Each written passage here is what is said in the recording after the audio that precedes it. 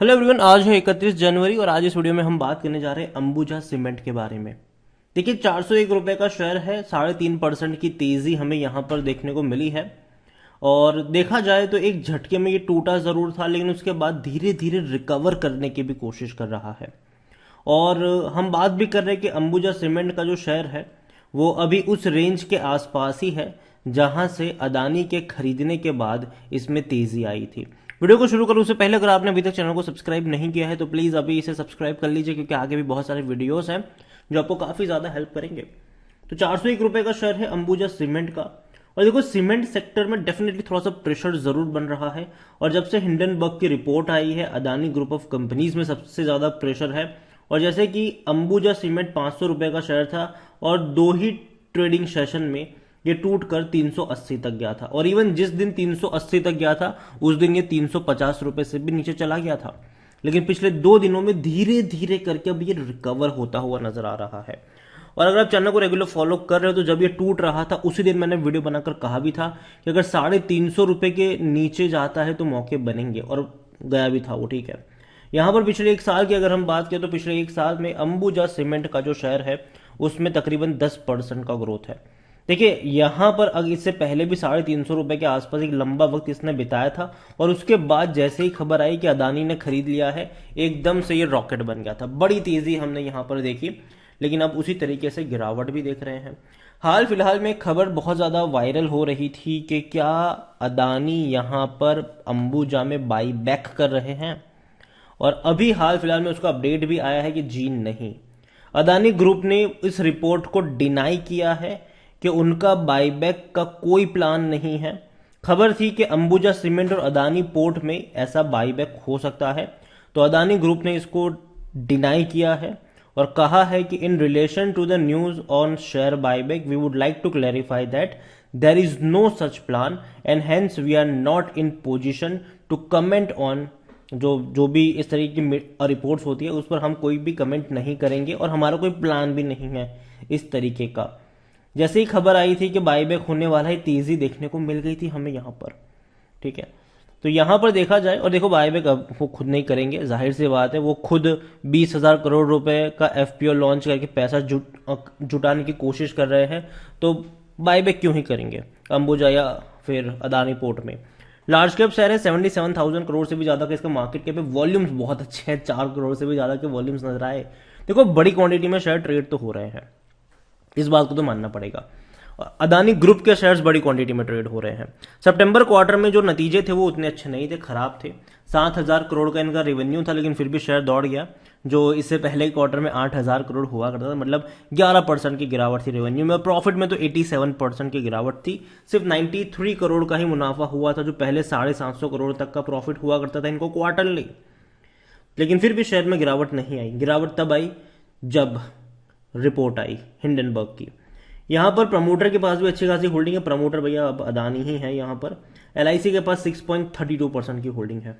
Highest public share holder में LIC ही है। यहां पर अंबुजा सीमेंट में अगर हम बात करने जाए तो according to Moneycontrol user 37% लोग कह रहे कि बेच दो, 63% लोग कह रहे खरीदारी करो।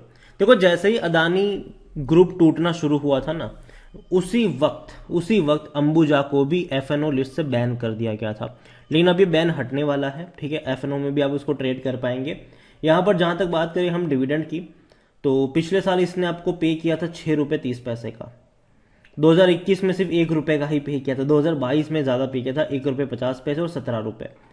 तो देखा जाए तो पिछले 2 सालों में अच्छा डिविडेंड पे नहीं किया है। और मुझे लगता है कि शायद इस साल भी आपको उतना खास डिविडेंड से एक्सपेक्टेशन नहीं रखनी चाहिए। रीजन यह है कि अदानी ग्रुप ऑफ कंपनीज में डिविडेंड कुछ खास अच्छा मिलता नहीं है। जहां तक बात करें इनके रिजल्ट्स की, तो 7 फरवरी को नतीजे भी आने वाले, अगले हफ्ते रिजल्ट्स आने वाले हैं अंबुजा सीमेंट के। और नजर रहेगी उस नतीजे के ऊपर कि भैया प्रॉफिट कितना है, रेवेन्यू कितना है, बढ़ भी रहा है कि नहीं, अपवर्ड ट्रेजेक्टरी है या डाउनवर्ड ट्रेजेक्टरी है। तो ये सब कुछ उस रिजल्ट से हमें पता चल पाएगा। जहां तक कंपनी की बात करें तो रेवेन्यू में 2021 में थोड़ी सी तेजी हमें यहां पर जरूर देखने को मिली। और जहां तक बात है अंबुजा की, तो अंबुजा देखिए यहां पर 27 का पी रेशियो है, सेक्टर पी 13 का है, महंगा जरूर है। और अभी 46% एनालिस्ट कह रहे हैं खरीदारी करो। मेरी क्या रिकमेंडेशन है वो भी मैं आपको अब वीडियो में आगे चल के ज़रूर बताऊंगा, लेकिन थोड़ा सा महंगा मुझे लग ज़रूर रहा है, लेकिन मैं मानता हूँ कि ये अगर टूटता है तो भैया खरीदारी के मौके बनेंगे। क्योंकि देखो सीमेंट सेक्टर में मानता हूँ कि थोड़ा सा प्रेशर जरूर झेल सकता है, लेकिन बजट अनाउंस होने वाला है और बजट अनाउंस जब होगा तो कहीं ना कहीं इंफ्रास्ट्रक्चर से जो जुड़े हुई जो कंपनीज है, मतलब इंफ्रा को काफ़ी ज़्यादा फोकस में रखा जाएगा।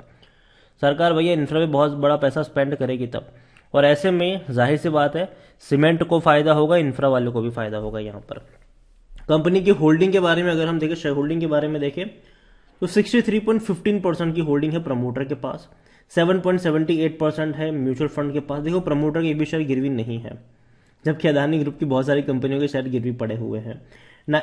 हाँ फ्यूचर में हो सकता है, ठीक है। 9.19% अदर डोमेस्टिक इंस्टीट्यूशन के पास है, 10.65% एफआईएल्स के पास है, 9.23% रिटेल और अदर्स के पास है, जिनमें से रिटेल इन्वेस्टर के पास 5.51% की होल्डिंग देखने को मिल रही है। देखिए ओवरऑल मैं इतना कहूंगा अंबुजा सीमेंट में कि अदानी के आने के बाद डेफिनेटली एक बहुत बड़ा राइज हमने देखा ज़रूर, और अभी गिरावट आई है हिंडनबर्ग की रिपोर्ट के बाद, सारे अदानी ग्रुप ऑफ कंपनीज में गिरावट है, लेकिन फिर भी धीरे धीरे पिछले कुछ दिनों 2 दिनों में जो तेज़ी आई है वो अंबुजा में आई है, एंटरप्राइज में आई है और पोर्ट में भी आई है। तो कह सकते हैं कि एक बेहतरीन कंपनियां जो है वहां पर तेज़ी ज़रूर बनी है। और जहां तक अंबुजा की मैं बात करूं तो डेफिनेटली अभी ये उस प्राइस पे पहुंच चुका है जहां से ये शुरू हुआ था। मतलब जैसे ही अदानी की रिपोर्ट्स आई थी, मतलब अदानी के खरीदने की खबरें आई थी, ये उससे पहले इसी प्राइस के आसपास था। तो अगर टूटता है, और देखो 350 के आसपास एक अच्छा सपोर्ट नजर भी आता है, तो नीचे की तरफ अगर जाता है तो 350 के आसपास मेरे हिसाब से खरीदारी के मौके बन सकते हैं। डेफिनेटली सीमेंट सेक्टर थोड़ा सा दिक्कत में जरूर है। अल्ट्राटेक में गिरावट है, और भी कंपनियों में गिरावट, इंडिया सीमेंट में गिरावट है, लेकिन ये टेम्पररी फेज है।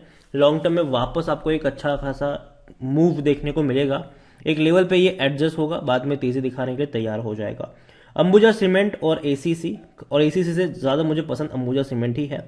तो मैं यही कहूँगा आपसे कि खरीदारी करी है तो बने रहिए, और बहुत बड़े करेक्शन अब मुझे यहाँ से लगता नहीं कि देखने को मिलेगा।